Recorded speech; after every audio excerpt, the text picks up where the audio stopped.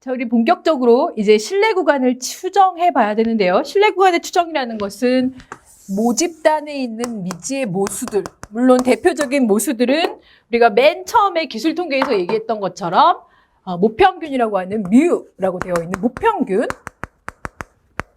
그다음에 모비율,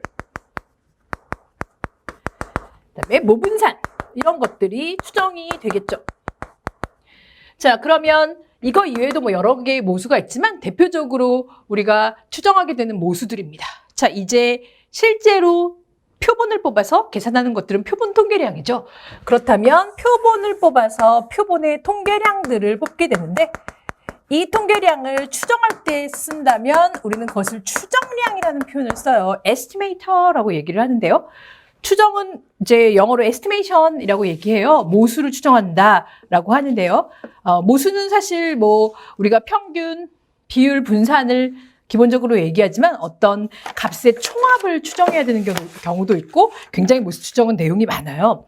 어쨌든 추정은 표본을 추출해서 통계량을 이제 도출하게 된다면 그 통계량들의 우리가 방금 봤던 표본 통계량들의 확률 분포를 이용해서 그것을 근거로 이제 모수를 추정하게 됩니다. 그렇다면 당연히 모평균을 추정하는 데는 표본 평균의 확률 분포를 이용하겠죠. 우리가 표본 평균의 확률 분포는 두 가지로 상황에 따라 설명을 했는데 표준정규 분포를 이용하거나 또는 T분포를 이용했었어요. 물론 지금은 모평균이라는 하나의 모수를 추정한다면 자유도 N-1의 T분포를 이용했었고요. 자, 모비율을 추정할 때는 표본 비율을 쓰는데 표본 비율은 P라는 비율에다가 모자를 씌워서 hat, P-hat 이렇게 많이 쓰고요. 그래서 표본 비율을 이용하죠.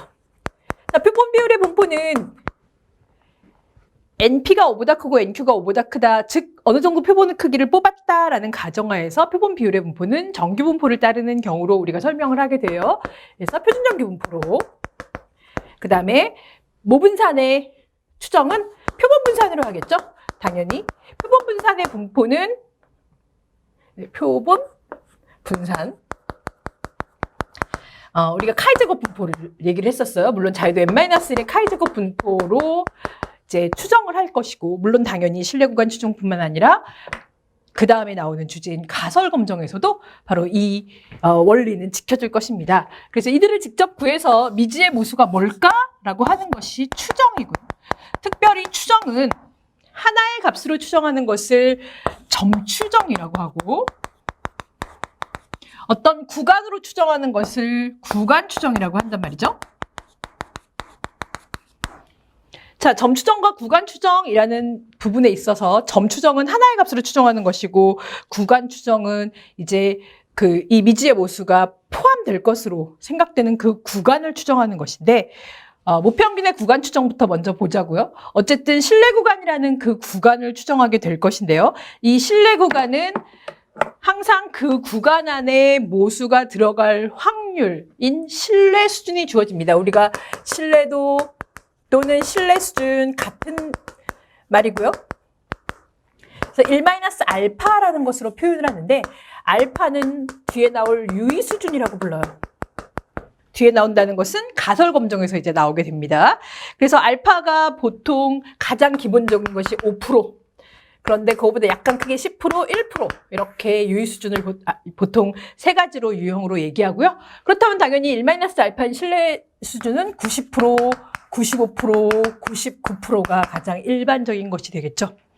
자, 이것은 모평균을 추정하거나 모비율을 추정하거나 모분선을 추정하거나 다 마찬가지입니다. 그래서 신뢰 수준이 주어지면 그거에 맞는 표본 평균 비율 분산의 분포에 따라서 얘는 Z분포를 이용하자, 얘는 뭐 카이-제곱 분포를 이용하자. 그리고 신뢰 수준이 주어지면 그 신뢰 수준에 맞는 신뢰 계수가 각 분포에 따라서 도출이 됩니다.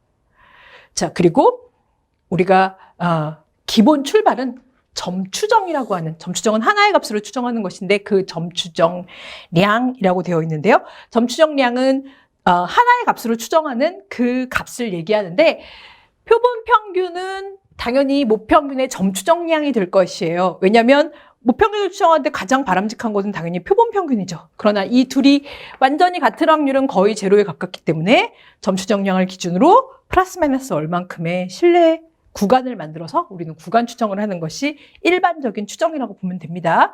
다른 부분도 마찬가지고요. 자, 이제 모평균을 추정할 때 사용되는 분포, 우리 상황에 따라서 Z분포 아니면 T분포라고 얘기를 했었는데요.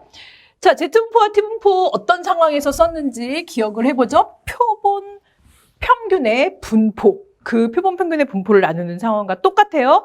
자, 첫 번째, 제일 정보가 많이 알려져 있는 거죠. 모평균을 추정을 보죠. 그러면 첫 번째 상황, 바로 모집 단위 정규 분포고 모분산을 알 때 가장 많은 정보가 알려져 있는 거예요. 모집단도 정규 분포로 이쁘게 분포하고 모분산을 알 때. 그렇다면 표본 평균은 어떤 분포를 따랐었냐면 역시 정규 분포를 따르고 모평균은 동일하고 모분산은 n분의 시그마 제곱이 됐었어요.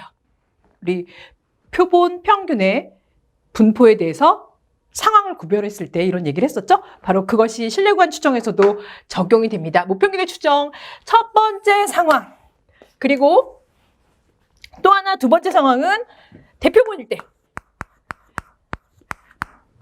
모집단이 어떤 분포를 따르는지 모르겠고 또 모분산이 알려지든 말든 상관없이 대표본이다. 그렇다면 근사적으로 우리가 중심극한 정리를 따른다고 얘기를 하거든요. 그래서 중심극한 정리를 따르면 표본 평균의 분포는 근사적으로 정규 분포를 따른다라는 정리가 중심극한 정리인데 그것에 의해서 Z분포로, 표준정규 분포로 신뢰구간을 추정해도 좋아요. 물론 가설 검정에도 상황은 동일하게 적용이 됩니다. 자, 그래서 표준정규 분포를 이용한 표본평균의 구간 추정 첫 번째, 표준정규 분포의 신뢰계수는 외울 수 있다. 왜? 표준정규 분포는 자유도라는 게 없어요. 표준정규 분포로 표준화가 되기 때문에 우리가 90%, 95%, 99%의 신뢰계수를 구할 수 있습니다. 이미 앞에서 한번 했었어요. 그래서 여기가 90%가 될 때 Z값은 플러스 마이너스 1.645라는 이 값이 바로 신뢰계수입니다. 좌우를 5%씩 가게 하는 그 기준이 되는 이 값. 앞으로 Z 스타라고 표현을 해볼까요? 오른쪽 꼬리 확률 2분의 알파, 여기는 좌우 대칭이니까 마이너스 2분의 알파, 이렇게 표시가 되는 신뢰계수. 가설 검정에서는 이 값이 또 임계치가 되는데 어쨌든 표준정규 분포는 좋은 게 뭐냐면 우리가 맨날 정규 분포를 하고 싶어 하는 이유는 전부 다 표준정규 분포로 바꿀 수 있어서고요. 표준정규 분포가 좋은 이유는 이와 같이 신뢰 수준이 뭐 90%다, 95%다 하면 그 값이 딱 늘 일정하게 주어지기 때문입니다. 그래서 우리가 90% 신뢰 구간에서는 신뢰 계수가 플러스 마이너스 1.645, 1.65 써도 괜찮고요. 90%일 때 95%다. 뭐 너무 유명하다고 했죠? Z값 좌우로 0.025가 되는 플러스 마이너스 1.96이 되죠. 99%일 때는 Z값 좌우로 0.005가 되는 플러스 마이너스 2.575, 2.58 정도가 됩니다. 그래서 이 값을 외울 수 있기 때문에 표준정규 분포를 적용할 수 있는 상황인가 그렇지 않은가를 판단해서 아, 얘는 표준정규 분포로 가도 좋구나. 그러면 안심하고 신뢰계수를 이미 외우고 있는 신뢰계수를 가지고 신뢰구간을 추정하면 됩니다. 자, 표준정규 분포를 적용할 수 있는 상황, 모분산이 알려져 있고 정규 모집단인 경우, 그리고 대표본인 경우, 이 경우라면 우리가 신뢰계수 Z값을 이용해서 이미 외우고 있어야 돼요. 신뢰 구간을 추정할 수 있습니다. 구간 추정을 할 수 있는데요. 구간 추정의 모양은 사실 표본 평균이나 표본 비율을 이용한 모평균, 모분산, 모평균, 모비율의 구간 추정은 모양이 비슷해요.